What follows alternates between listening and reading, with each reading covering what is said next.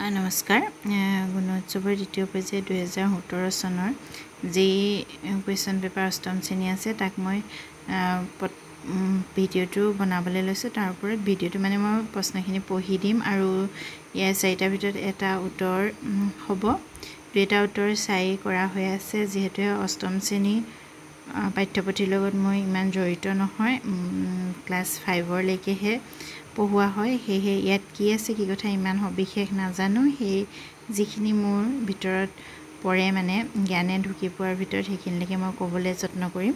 এতিয়া অষ্টম শ্ৰেণীৰ প্ৰথম দিনাৰ এইখন মানে কুৱেশ্যন পেপাৰ আছে মাধ্যম অসমীয়া আৰু ভাষা ওৱান যিহেতু অসমীয়া। ইয়াত 1 নম্বৰ প্ৰশ্নটো দিছে অসমীয়া সাহিত্যত প্ৰতিমাৰ খনিকৰ বুলি কাক কোৱা হয়।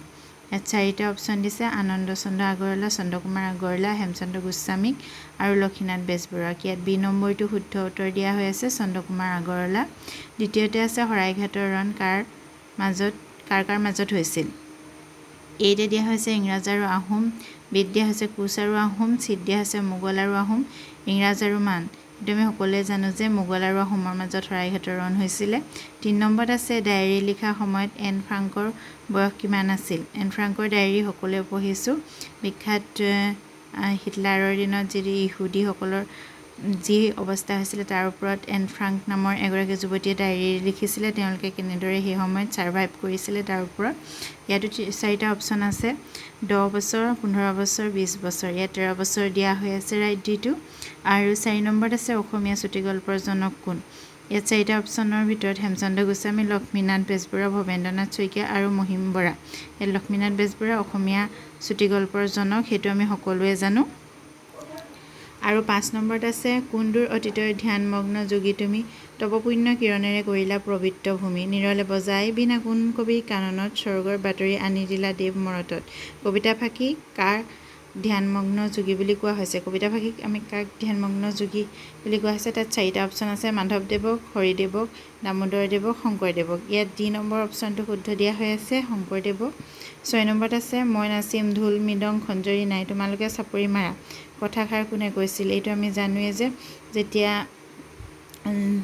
মানে পানীত যুদ্ধ হৈছিলে, জলত যুদ্ধ হৈছিলে, তেতিয়া আহোমৰ যিজন জেনেৰেল মানে সেনাপতিক ধৰি নিছিলে এজন, তাৰ ভিতৰত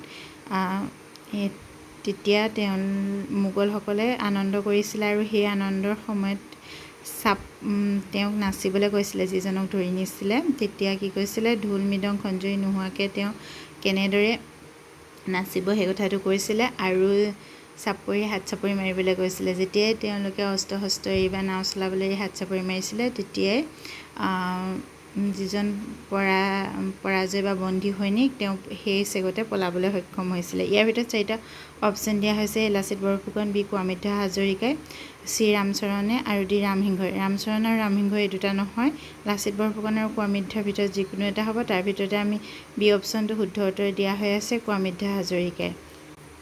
7 নম্বৰতে চোৱা চৰাইদেউত থকা মৈদাম সংস্কৃতিৰ সৈতে পৃথিৱীৰ কোন দেশৰ মৈদাম সংস্কৃতিৰ সাদৃশ্য আছে। ইয়াত 4টা অপশ্যন দিছে আৰৱ দেশৰ, জাপান দেশৰ, চীন দেশৰ, গ্ৰীচ দেশৰ। ইয়াত চি নম্বৰ অপশ্যনটো শুদ্ধ বুলি ৰাইট দিয়া হৈ আছে চীন দেশৰ। 8 নম্বৰত চোৱা আন্তৰ্জাতিক নাৰী সবলীকৰণ আৰু সমমৰ্যাদাৰ বৰ্ষ হিচাপে ঘোষণা কৰা চনটো হ'ল।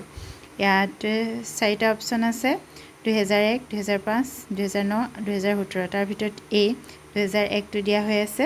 9 নম্বৰত এটা শব্দত প্ৰকাশ কৰা দিছে শিলত কটা শিল্প, স্থাপত্য, ভাস্কৰ্য, টেৰাকোটা আৰু মৃন্ময়। ইয়াৰ ভিতৰত বি অপশ্যনটো ভাস্কৰ্য শিল্পৰ ৰাইট চিন দিয়া হৈছে। 10 নম্বৰত চোৱা সফলতা শব্দৰ বিপৰীত অৰ্থ বুজোৱা শব্দ হ'ল। এইটো আমি সকলোৱে জানিম, সফলতা বিপৰীত শব্দ বিফলতা হ'ব। ইয়াৰ 4টা অপশ্যনৰ ভিতৰত বি অপশ্যনটো হ'ব, বি অপশ্যনটোত বিফলতা আছে। ভিডিঅ'টো ইমানটোৱে বনাব পাৰিম আজিলৈ আৰু ইয়াৰ পিছৰখিনি মই যত্ন কৰিম ৰাতিপুৱালৈ দিবৰ বাবে। এতিয়ালৈ ভিডিঅ'টো ইমানেই অসমীয়া বিষয়টোৰ ওপৰত। বাকীকেইটা বিষয়ৰো আছে, ইয়াত অকল প্ৰথম দিনা লিখা ছিটটোহে আছে মোৰ হাতত। সেয়েহে প্ৰথম দিনা যিখিনিলৈকে লিখা ক্লাছ 8ৰ প্ৰশ্ন পেপাৰখিনি 2017 চনৰ আছে সেইখিনিয়ে শ্বেয়াৰ কৰিব পাৰিম। আজিৰ পৰা গুণোৎসৱ যিহেতু হৈ আছে প্ৰথম পৰ্যায় আৰু সেইখিনি প্ৰশ্ন পেপাৰ যদি সংগ্ৰহ কৰিব পাৰোঁ তেতিয়া আপোনালোকৰ মাজলৈ শ্বেয়াৰ কৰিম। আজিলৈ ভিডিঅ'টো ইমানেই, এতিয়া ৰাখিছোঁ।